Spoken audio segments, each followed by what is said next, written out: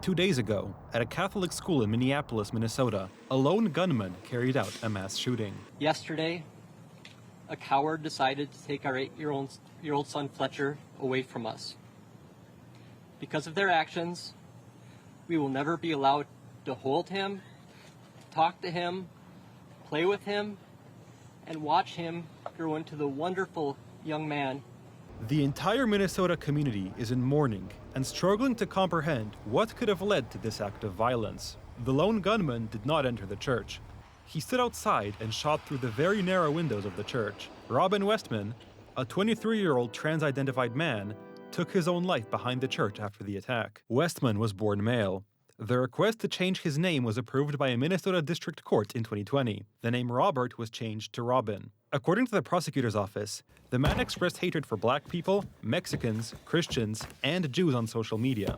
He also hated President Donald Trump. The shooter left behind hundreds of pages of writings that describe the shooter's plan, writings that describe the shooter's mental state, and more than anything, writings that describe the shooter's hate. Investigators are analyzing hundreds of pages of documents, video recordings, and other evidence in search of a motive. The police have also conducted dozens of interviews with witnesses, as well as people who knew the suspect and members of his family. We did a check of all of our holdings, the FBI holdings, and he was not in our holdings prior to this incident, so we didn't have anything on him at that time.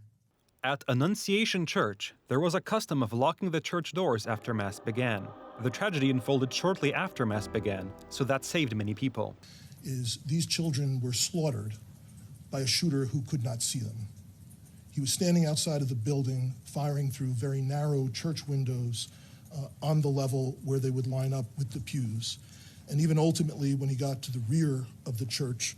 The shooter was a member of the local community and knew his parish and church very well. Particularly heinous and cowardly about this is these children were slaughtered by a shooter who could not see them. He was standing outside of the building, firing through very narrow church windows. Pedro Maldonado will never forget that day. His 2 children survived the shooting, but he still doesn't know how to explain to them what happened and how to talk to them about it. Should be worrying about dropping their kids to school and be worrying that somebody's going to come to shoot to the school or to a church. Why?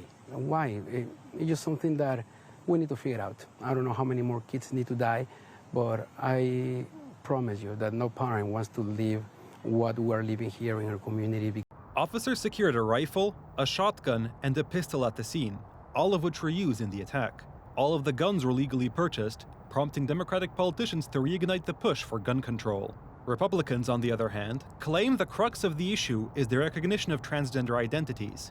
In essence, what drove the shooter over the brink was having his delusions repeatedly affirmed both by the law and online activist circles.